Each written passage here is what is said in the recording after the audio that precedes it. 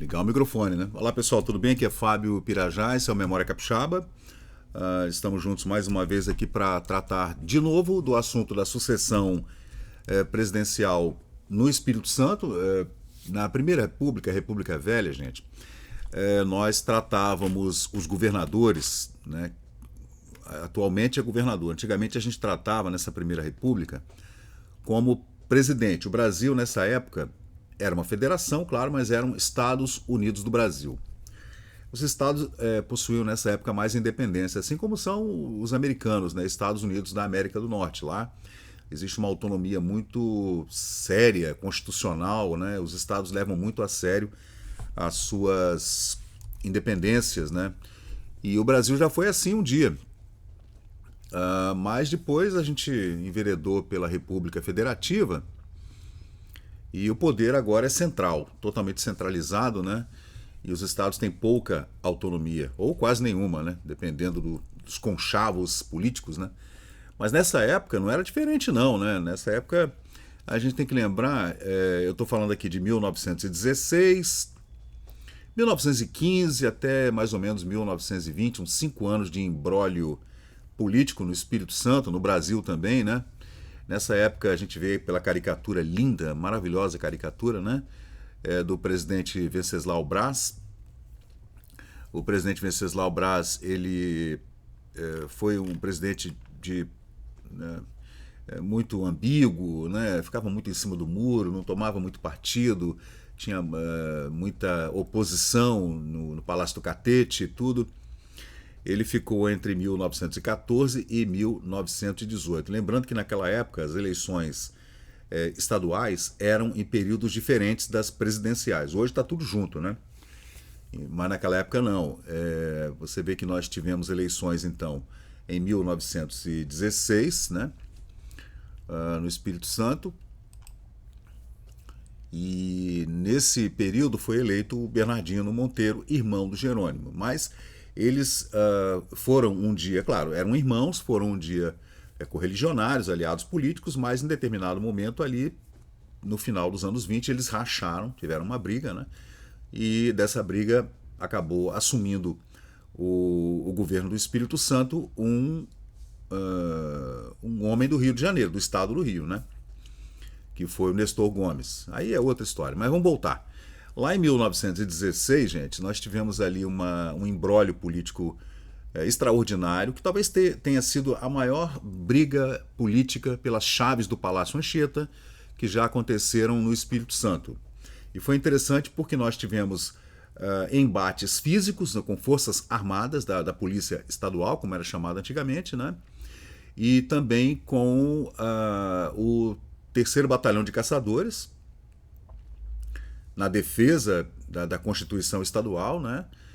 Onde hoje está o 38º BI, com forças armadas da Força Armada Nacional, da Guarda Nacional, né? Tentando defender a situação contra os desmandos da oposição, segundo diziam os correligionários e a imprensa também, que era a favor ou contra. Lembrando que nessa época não se falava em direita e esquerda, tá? Se falava em situação e oposição. Você estava no partido situacionista ou num partido oposicionista, né? Não se falava de esquerda e direita. Isso se deu depois da Segunda Guerra Mundial, né? E nós tivemos um acirramento dessas forças de direita e esquerda antagônicas depois da Segunda Guerra Mundial por conta da Guerra Fria. Mas vamos lá. Vamos voltar lá para os anos 1910, que é melhor. Mas eu gosto muito mais, né? Porque era uma coisa mais raiz, né? Mais roots. E nessa época, os jornais do Rio de Janeiro, especialmente, os jornais capixabas também, tá? Havia jornal vespertino, matutino, noturno, jornal mensal, semestral, bimestral, semanal. Era uma coisa, uma profusão de informação para lá e para cá, era muito melhor do que é hoje. Não tem nem como comparar.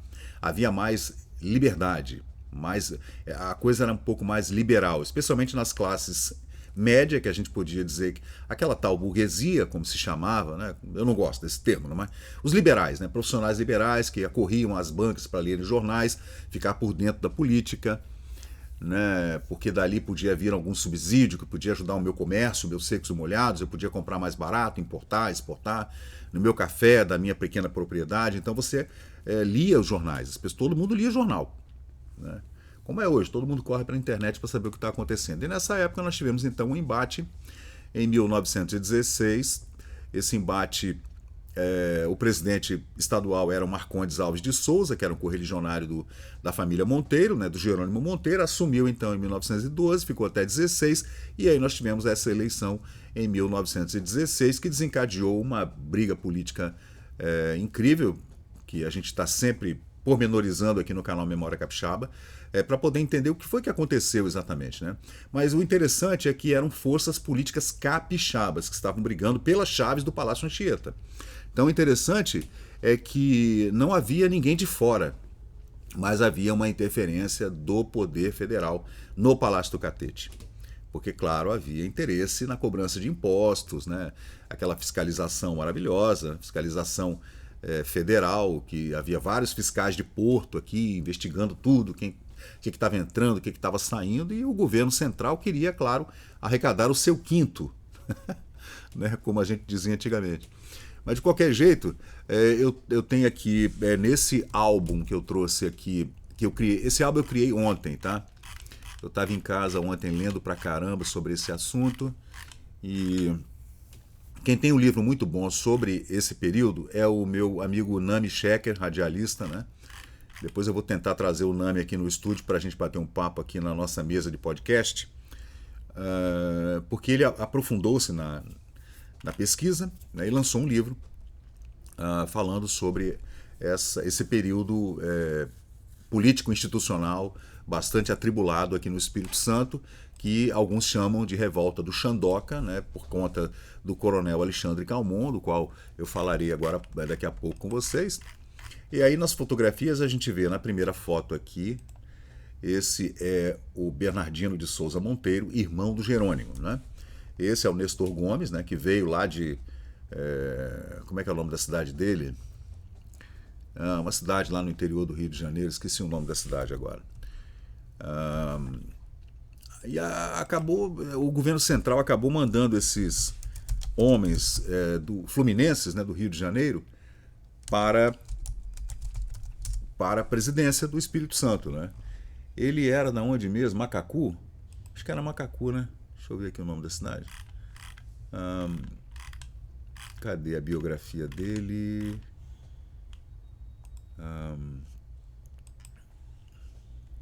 Deixa eu ver aqui, gente, da onde que era o Nestor Gomes.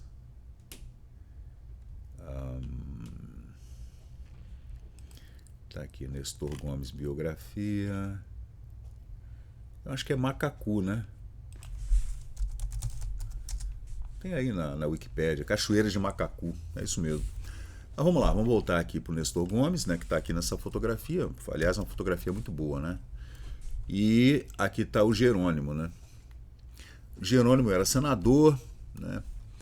E já havia sido presidente e tudo. E lembrando que no Palácio do Catete estava o presidente Venceslau Braz, né, naquela primeira república, muito confusa, né, gente? Aquela primeira política, logo depois do golpe de 1889, que expulsou a família imperial do Brasil, aquela coisa triste, né? Era muito melhor que tivesse sido feito um acordo.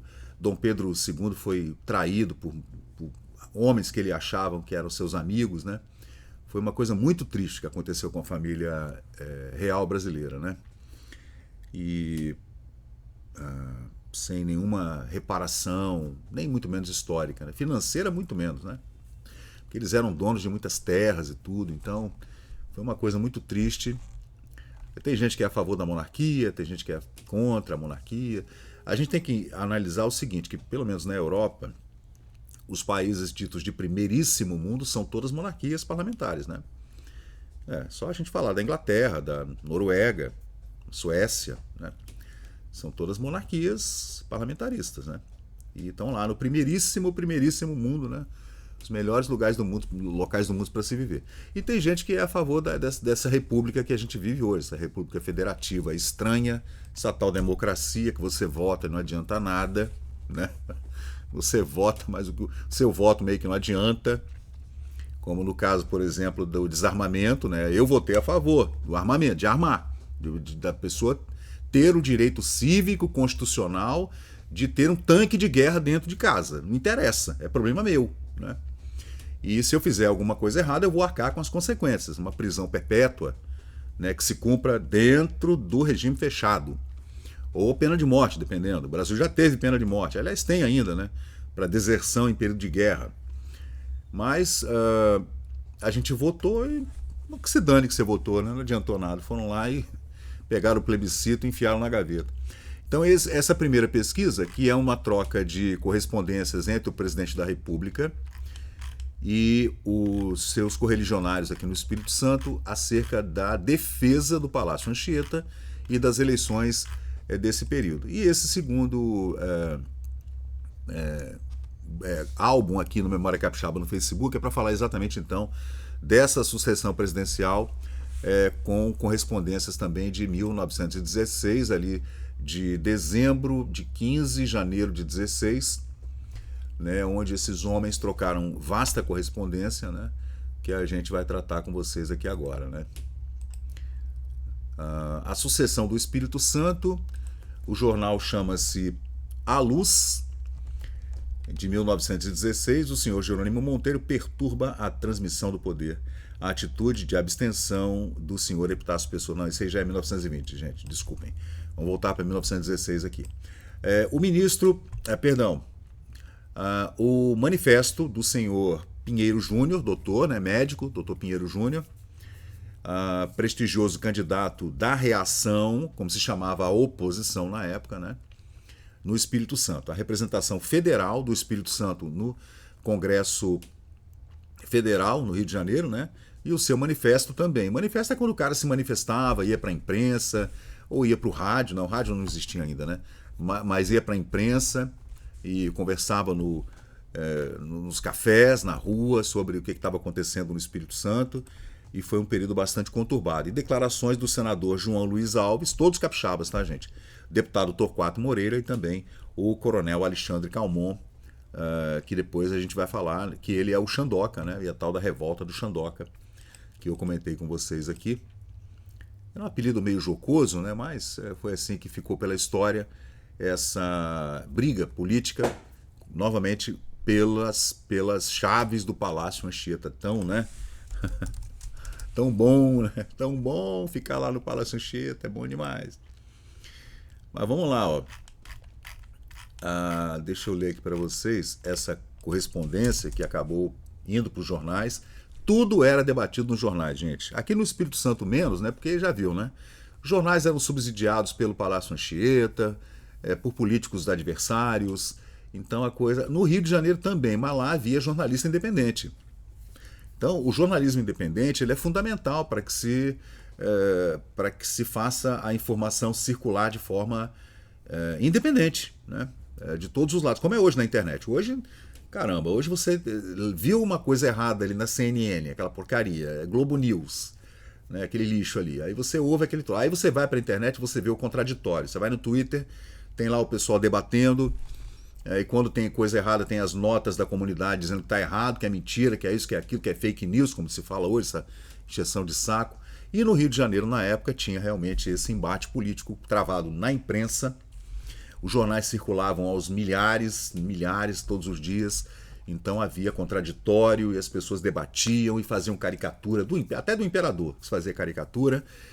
Nesse período do final da monarquia brasileira, antes do golpe, Dom Pedro II era um homem afeito às liberdades individuais, né? Não tinha aquela coisa de pegar o telefone e mandar prender. Não, isso foi depois. Mas no Espírito Santo a coisa corria mais devagar, né? Então, se você queria ler realmente o que estava acontecendo, era nos jornais do Rio de Janeiro. Mudou alguma coisa? Acho que não, né? Então vamos lá. Ao eleitorado do Espírito Santo, aqui tem uma correspondência. Deixa eu ver. Aí tem os adversários políticos, né? E aqueles que defendem uma ou outra candidatura, eles vão se expressando nos jornais e criando esse debate que acaba chegando à vitória de um jeito ou de outro, né? Então eu fiz aqui uma revisão do texto. Deixa eu ver onde é que está. Está aqui. Ao eleitorado do Espírito Santo. Aí as correspondências entre esses homens que eu falei, né? O Pinheiro Júnior, o Alexandre Calmon, o Bernardino Monteiro, o Venceslau Braz, o presidente da República, o Jerônimo, o senador, o Torquato Moreira, uma confusão danada, né? Solicito por poderosas forças policiais do Estado a pleitear a sucessão presidencial nas eleições de 25 de março de 1916 e relutei em aceder ao honroso apelo por nunca ter acariciado a ideia de uma tal investidura e ainda mais receoso de enfrentar as enormes responsabilidades e dificuldades que, me parece, aguardam quem tiver que gerir os negócios administrativos do Espírito Santo. Quem está escrevendo aqui, gente, é o Pinheiro Júnior, esse que vocês estão vendo na foto aí, a foto maior, né, de óculos. Ele escreveu isso a 15 de janeiro de 1916 e entregou para a imprensa. Dr. José Gomes Pinheiro Júnior, médico, né, político capixaba. Aí ele segue dizendo aqui que não tinha vontade nenhuma de ser presidente do Estado, tá? Porém, as ponderações que me foram feitas para cumprir o meu dever, árduo dever, sinto-me agora no ânimo para afrontar as asperezas da campanha eleitoral, né? Certo de que saberei corresponder à alta confiança em mim depositada pelos patronos da minha candidatura. Aí vamos vendo a briga, né? A tudo sobrepondo os interesses da terra do Espírito Santo, sem ater-me a preocupações outras capazes de desviar-me do elevado escopo, tenho o direito de esperar dos meus patrícios, capixabas, né, e de quantos se interessem pelo progresso do Espírito Santo, inclusive aqueles que investem aqui, né, que podem não ser de outros países e tudo, né, o apoio que careço para levar à vitória a causa que consubstancio. Aí tem um monte de palavras assim que a gente tem que ter cuidado na hora de ler, né? Servir leal e dedicadamente ao meu estado natal, colaborar com os que querem nobre e altivo, restituído a posição de destaque que já desfrutou na Federação, o Espírito Santo dentro do escopo do Brasil, né? Eis o programa que me seduz. Então vamos lá. A mim não animam ódios nem preferências pessoais. Aí segue o Pinheiro falando, né? Sou tomado de sentimentos mais altos, mais nobres, e é com eles que entro no pleito, para o qual convoco meus amigos e quantos se sintam capazes de concorrer para proporcionar ao Espírito Santo um período de paz e trabalho proveitoso. Eleito que seja, e espero que eu serei, a liberdade e o direito terão em mim um desvelado cultor, ele vai cultuar, né? E cultivar a liberdade e o direito individual, né? Respeitando nas manifestações de cada um dos meus concidadãos a vontade de um homem livre. Então havia um espectro muito liberal, né, que pairava sobre a política nessa época, né? Muito mais do que hoje, né? Hoje não há liberdade nenhuma, né? Assim penso corresponder à confiança em mim depositada e dar à República mais um proveitoso exemplo do que é capaz um espírito que vai servir à causa pública. A posição onde terei de me encontrar não me deslumbrará. Então ele não vai ficar, né, deslumbrado porque ganhou a presidência da República. Isso não aconteceu, tá, gente? Ele não foi eleito, mas já estava se colocando como candidato. Não esquecerei os ensinamentos sadios de que se fizeram pregoeiros os veneráveis instituidores do regime republicano. Então ele diz que ele é um homem republicano, né? E de que se tem feito sincero executor o eminente cidadão que preside os destinos do país, o Dr. Venceslau Braz, né? A situação econômica e financeira do Espírito Santo, vamos falar de economia, né? Tem de ser objeto das minhas maiores cogitações, culminando no empenho que terei na regularização das relações do Estado do Espírito Santo com seus credores, né? Havia muitos empréstimos, inclusive empréstimos internacionais, né? Empréstimos com o banco na Bélgica, na França e tudo, né? Por forma a serem retomados os pagamentos, infelizmente suspensos agora, o Estado estava em franca derrocada, o Espírito Santo nesse período, e restaurado o crédito perdido, única forma de reconquistarmos a confiança de que nos sentimos privados. Então, o Espírito Santo nessa época estava sofrendo de uma inflação alta, não tinha crédito, pegou empréstimos, não estava honrando esses empréstimos e tudo, né? Farei então por harmonizar os interesses do Banco Hipotecário e Agrícola do Espírito Santo, que ficava aqui em Vitória, né? E embora muito estreitos, tem deixado de acusar séria desinteligência com grave risco para o Tesouro Estadual. Então ele estava preocupado com esses empréstimos, né, com o banco hipotecário, né, e ele ia honrar esses empréstimos, né, segundo o Pinheiro Júnior nesse seu manifesto, né, aos eleitores capixabas. No domínio da justiça, muito me impressiona a dificuldade, se não impossibilidade, de encontrar os homens mais humildes em busca do amparo da lei, né, que ele falou que ia ajudar aquelas pessoas mais humildes e tudo, né? Um pouquinho, né? Coisa de político isso aí. Não já pela morosidade dos processos judiciários, como pelos sacrifícios pecuniários a que são arrastados os que pleitam na nossa terra a defesa dos seus direitos. Então ele ia também dar uma saneada ali no judiciário estadual, né, para amparar aquelas pessoas que são sempre vilipendiadas, digamos assim, pelo judiciário, tendo que pagar penas altas, pecuniárias e tal. Ele fez uma promessa, né? Isso aí, bom, vamos lá. Tenho quase certeza de que a agonia que se debate ao erário estadual, aos cofres públicos do Espírito Santo, não me permitirá empreender os melhoramentos materiais reclamados por todo o Estado. Ele já deixa claro que não tem como, o Estado não tem dinheiro e tem muita gente reclamando estradas, iluminação pública, telefonia, e ele não ia ter como fazer isso, pelo menos não num primeiro momento, né? Não devo, pois, entrar a formular promessas se não tenho certeza de cumpri-las. Então, é um cara bem equilibrado, né, eu diria, o Dr. Pinheiro Júnior aí. Talvez se ele tivesse sido o nosso presidente estadual, os destinos teriam sido bem diferentes, hein? Talvez, né? Me parece um homem muito equilibrado, pelo menos no discurso, né? Restabelecida que seja a normalidade nas finanças, atendidas em dia as exigências da vida administrativa, fazer aquele saneamento, né? Mandar o pessoal embora. Só então será possível cuidar das vias de comunicação, as autoestradas, né? Autoestradas, facilitando o transporte dos produtos que procuram os portos e os pontos servidos por via férrea em busca do mercado. Né? Liberar essas estradas de ferro, com esse financiamento que talvez viesse de fora, talvez da capital da República, né? Ou até do banco hipotecário, para aumentar as vias também de acesso por automóveis, né? Para que esse produto que viesse do oeste ou do sertão do Espírito Santo ou Minas Gerais chegasse até o porto para exportação. A instrução pública, ele fala de educação, me merecerá especial cuidado, procurando disseminá-la quanto possível, único meio de elevar o sentimento cívico cuja ausência vai sendo notada por pensadores e orientadores da opinião. Boa! Então, você vê, era um discurso bem legal, eu gostei dessa plataforma, eu votaria nele, né? Ele preocupado com a instrução pública, com a educação de crianças e jovens, né, que estavam se distanciando muito de uma civilidade, né, que já tinha sido notada por pensadores, escritores, cronistas e tal, jornalistas e tudo, e educadores, obviamente, né, preocupados com isso. Combater o analfabetismo é um dever primordial dos administradores. Assim, tenha meios e modos de solucionar tão delicado problema, satisfazendo desejos que tão fortemente me animam.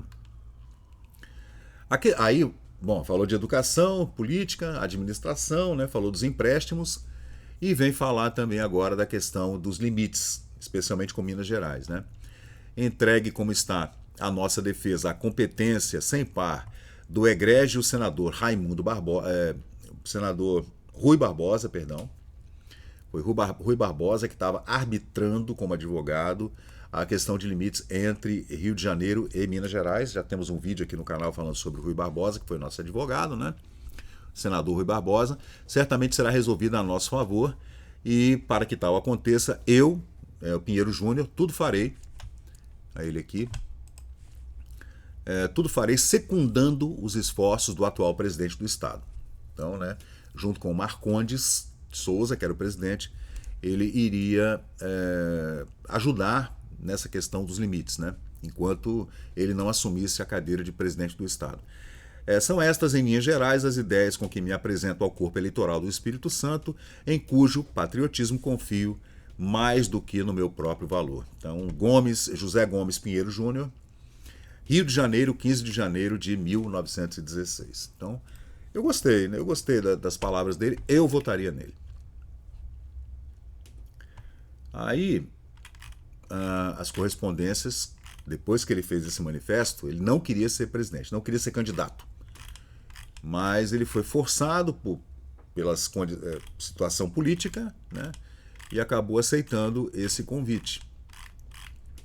Aí, gente, continuam, né, as correspondências, né, dizendo o seguinte: ao independente eleitorado do Espírito Santo. Quem escreve aqui agora são os deputados Paulo Júlio de Melo, Deoclésio Barbosa Borges e o senador Domingos Vicente Gonçalves da Silva, lá do Palácio Monroe, né? E ele escreve o seguinte: eles, né, esses três homens, subscrevem esse texto que eu vou ler agora. Divergentes da nossa indicação, né, desse correligionário do Dr. Bernardino de Souza Monteiro para a presidência do Estado do futuroso Espírito Santo para o próximo quadriênio, né, fomos forçados a dar ao povo que temos a honra de representar e a propor-lhe outra solução para o problema da dissidência, as razões da nossa sucessão, o coronel Marcondes Alves de Souza, a sucessão do Marcondes, né? E é esse problema que houve entre o Bernardino e o Jerônimo Monteiro. Republicanos, desejosos de cada vez mais vermos que se pratica o regime republicano, né, claro, não nos era concordar com a sucessão, embora interrompida por um quadriênio dos membros de uma só família. Olha, do governo do Estado, que possui muitos filhos dignos da alta investidura e merecedores da confiança geral. Então, eles estavam questionando por que nós teríamos no Espírito Santo 8 anos do governo de uma família. Então, esses deputados estavam questionando isso, né? Não há outros homens no Espírito Santo que possam assumir a cadeira de presidente do Estado? Tem que estar tudo dentro de uma oligarquia familiar? Eles estavam questionando isso aí. Mas lá no Rio, aqui ninguém falava nada, né? Aqui estava todo mundo, né? Não, todo mundo em cima do muro. Mas no Rio de Janeiro não havia essa preocupação, né? Os jornais falavam e pronto, né? E os deputados de oposição também. Aí eles três, né, questionam assim: não há então no Espírito Santo gente capaz de assumir a cadeira da presidência? Bom, por outro lado, conhecendo o pensamento do senhor presidente do Estado, expresso por ocasião de sua visita recente ao presidente da República, ele esteve no Rio de Janeiro, né? O Marcondes esteve no Rio, o Jerônimo também esteve no Rio de Janeiro, expresso por ocasião dessa visita, com quem o presidente trocou ideias sobre as necessidades econômicas e financeiras e sobre a marcha dos negócios políticos no mesmo estado do Espírito Santo, não poderíamos dar o nosso assentimento a uma candidatura que não representasse uma completa harmonia de vistas entre a futura situação governamental do Espírito Santo e o patriótico governo da República, do governo, né, da presidência da República, ao qual, como brasileiros e representantes da nação, não podemos recusar o nosso apoio decisivo. Então, havia uma necessidade que se colocasse na presidência do Espírito Santo alguém que fosse correligionário e apoiasse o governo da presidência da República, do Venceslau Braz, né? Não deveríamos também contrariar a orientação dos chefes da política nacional com os quais temos sido solidários desde a eleição do coronel Marcondes Alves de Souza, uma vez que eles comungam o mesmo pensamento e na mesma orientação do chefe da nação, o íntegro senhor Venceslau Braz.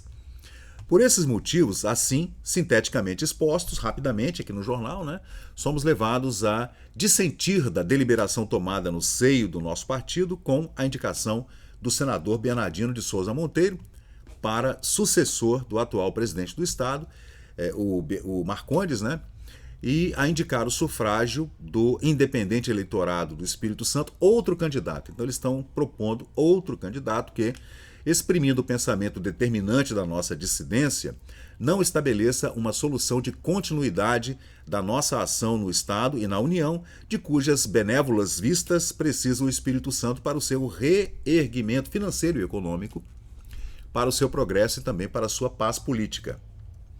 Então não seria saudável para o Espírito Santo que o Bernardino assumisse, né, por conta dessa briga com o Jerônimo. Então eles propuseram outro nome, o nome do Pinheiro.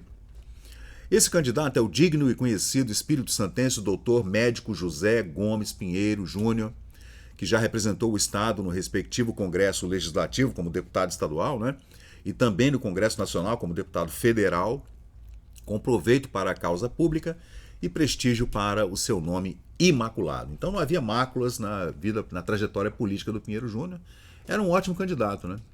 Era um ótimo candidato. Se não fosse esse peso da mão da oligarquia, né, seria um bom candidato. Médico proficiente, republicano sincero, cidadão íntegro, espírito tolerante e recto, né? Político conhecedor das necessidades das aspirações do Espírito Santo, cujos interesses em qualquer esfera saberá defender com dedicação e independência. Compatrício que dispõe de largo prestígio no eleitorado da sua terra natal. Estamos certos que a indicação do seu nome será recebida no Estado com entusiasmo igual às simpatias com quem é acolhido, com o qual ele é acolhido no cenário, na esfera nacional, lá na capital federal, no Rio de Janeiro. Então, era um cara que tinha potencial eleitoral, né? Com certeza. A gente não sabe também como eram as eleições antigamente, né? Esse negócio de voto de cabresto. Será que o cara votava livremente mesmo? O eleitor tinha paz para votar? Ou teria um jagunço ali com uma pistola, né, olhando ele votar? Como é na Venezuela, como vai ser agora, né? Nas eleições agora da Venezuela. Recomendando então essa candidatura aos nossos correligionários, temos a convicção sincera de prestarmos um bom serviço aos altos interesses do Espírito Santo e que com dedicação temos a honra de representar. Senador, quem sobrescreve? Senador Domingos Vicente Gonçalves da Silva e os deputados Paulo Júlio de Mello e Deoclésio Barbosa Borges, assinado a 12 de janeiro de 1916. As eleições estavam marcadas para março, né? Aí, gente, tem também relato do senador João Luiz Alves e também do Torquato Rosa Moreira, né, que eu vou ler para vocês aqui rapidamente, porque é o mesmo assunto, então, né, vamos fechar esse vídeo, mesmo que fique um pouquinho longo, mas é legal para você entender como funcionava a política capixaba e as suas relações com a capital federal, com o presidente da República, oposição, situação, né, nesses anos 1910 e 1920. Ao generoso povo espírito-santense, escreve o senador João Luiz Alves, né? Esgotados todos os meios de que eu podia dispor para impedir a cisão entre meus amigos e correligionários no Espírito Santo, venho tornar pública a atitude de assumir em face da questão a escolha da sucessão do coronel Marcondes Alves de Souza, que era o presidente estadual à época, e conhecendo as necessidades econômicas e financeiras dessa futurosa terra, desvelado em dar o meu concurso para satisfazê-las do melhor modo possível, neste momento de grave crise política, não podia desinteressar-me do problema de seu governo no próximo quatriênio, né, entre 1916 e 1920, no sentido de vê-lo apoiado por toda a representação federal do Estado, lá no Rio de Janeiro, né, e prestigiado na sua ação política e financeira pelo governo da União, pelo governo do Venceslau Braz, né. As resoluções tomadas, porém, para a sucessão do atual presidente, o Marcondes, né, não permitiram que eu visse realizada essa aspiração. Não posso, pois, dar o meu desvalioso apoio à candidatura do meu digno colega, o senador Bernardino Monteiro, à presidência do Espírito Santo, por contrariar o ponto de vista desinteressado e patriótico em que não se colocara de acordo com as ponderações a que ele e ao distinto colega Marcondes Alves de Souza tive por várias vezes externado. Então ele conversou várias vezes com um e com o outro, e que não era salutar que o Bernardino assumisse por conta dessa oposição no governo federal, de ter a mesma família sempre no poder, né, perpetuando-se no poder. Então, o senador João Luiz Alves continua. Os meus correligionários e meus amigos devem ter a certeza de que, com a sinceridade e pesar, com o sincero pesar que sou levado a discordar da candidatura proposta, né? E sou solidário com os representantes federais do Estado, deputados e senadores capixabas no Rio de Janeiro, que dela dissentiram apoiando a candidatura do doutor José Gomes Pinheiro Júnior, né, para a presidência da República. Então estava apoiando então o senador João Luiz Alves a candidatura do Pinheiro Júnior também, corroborado por esse texto que ele enviou aos jornais, claro, em 12 de janeiro de 1916. Bom, só deu problema isso aí, tá? Você vê que o governo da República, o Venceslau Braz, e eles não queriam, né, de jeito nenhum, o Bernardino na presidência. Aí o Torquato Moreira, famoso deputado, também falou o seguinte, nos jornais, né? Ao povo espírito-santense, sou solidário com os meus colegas de representação no gesto patriótico que tiveram apresentando ao eleitorado do Estado o nome acatado e querido do Dr. José Gomes Pinheiro Júnior para presidente do Espírito Santo no futuro quadriênio. Oportunamente publicarei lá no Estado, lá no Espírito Santo, jornais lá de Vitória, né, manifesto recomendando o Pinheiro Júnior aos sufrágios eleitorais que me honram com seu apoio. Torquato Moreira. E estava todo mundo, toda a bancada federal estava apoiando o Pinheiro Júnior, gente. E para fechar, o Alexandre Calmon, grande líder político do norte do Espírito Santo, da região de Colatina, de Linhares, né? Ele diz o seguinte: só agora, por motivos pessoais, me é dado vir agradecer a indicação do meu nome, feita na Convenção de dezembro de 1915, para vice-presidente do Estado no futuro quadriênio. Ele recusou, vejam, só a podia receber com uma demonstração de bondade dos correligionários que fizeram parte daquela convenção e como uma aprovação à atitude que mantive no quadriênio a expirar entre 1912 e 1916 e como uma aprovação a essa atitude que mantive, né, no quadriênio a expirar no mesmo posto para cuja reeleição fui de novo indicado aos sufrágios dos meus conterrâneos, né. As condições políticas do momento, porém, não me permitem aceitar a candidatura que me foi designada. Então ele não poderia concorrer novamente como vice-presidente, né.